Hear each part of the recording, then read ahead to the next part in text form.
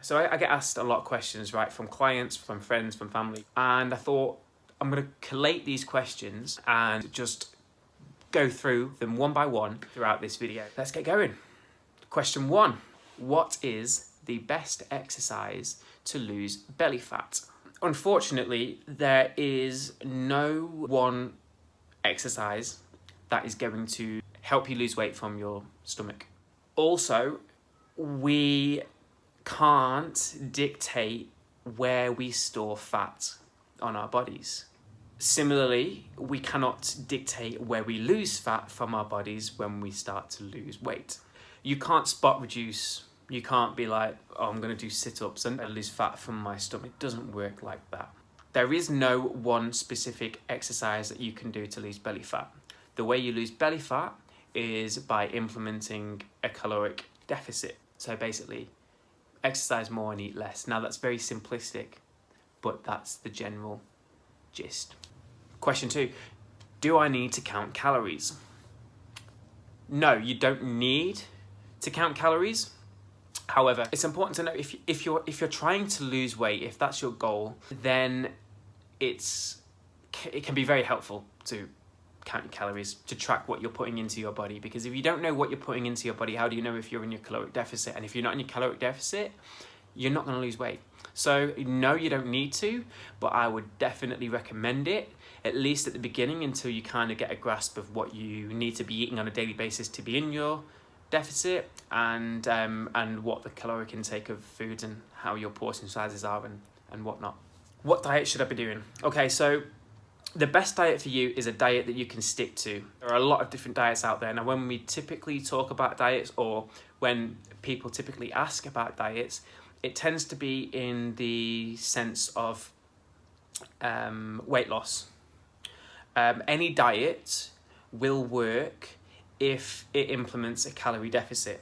The best diet, like I said, is one that you can stick to, and you don't need to cut certain food groups out of your diet. I would say that the best diet will consist of high protein, moderate levels of carbohydrates, and moderate levels of fat. Will intermittent fasting help me lose weight? Okay, so intermittent fasting is just one way to implement a caloric deficit.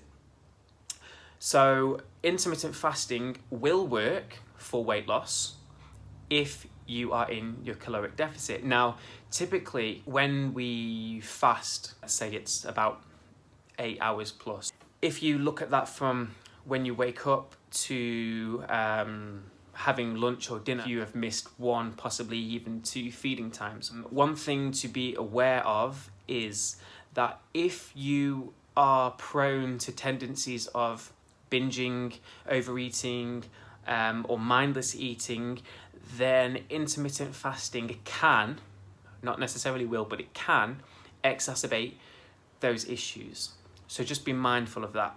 What foods do I need to give up? Okay, so you don't need to give up any foods, generally speaking. There's no such thing as a good or bad food. It's important to be mindful of what you're eating. Okay, so if your diet consists of fast food and takeaways, and you have very little fruit and veg, very little source of nutrients, then that is an unsustainable diet. And you are most likely from that going to bring about health problems and cause yourself to become overweight. That's not me saying you can't have a pizza on a Friday night. Absolutely not. Of course you can. So a lot of people have this idea that this notion that carbohydrates make them fat. And they don't. Carbohydrates do not make you fat in the same way that fats, dietary fats, don't make you fat. What makes you fat is the overconsumption of calories in relation to the amount that you're moving. So we want to practice, and I encourage everybody to practice food neutrality and have a balanced diet. So you don't need to give up any particular food group. What is keto and should I do it? I'll answer the should I do it part first, and then I'll explain what the ketogenic diet is. Should you do it? That depends on whether or not you are the type of person who can adhere to a very restrictive diet. So the keto diet is probably the most restrictive diet that you can do. If you are someone who really enjoys carbohydrates, it's not going to be for you because you're not going to be able to stick to it. Does it work? Yes. If you're in a calorie deficit, any diet is going to work. So keto will work if you're within a calorie deficit. Now I'm going to explain a little bit about what it is. So your body's preferred source of energy is carbohydrates, specifically glucose. So when you consume a carbohydrate, the carbohydrate is broken down in the body, it's broken down into glucose, and that glucose is then used to fuel muscles and the brain, and any leftover glucose that hasn't been used by the muscles or gone to the brain is stored in the muscles and some in the liver, and it's stored as glycogen. So keto is brought about by bringing your body into a state of ketosis. Now what ketosis is it's a physiological adaptation to the body having very little energy by reducing carbohydrates to a very minimal level and reducing your protein intake to a low to moderate level.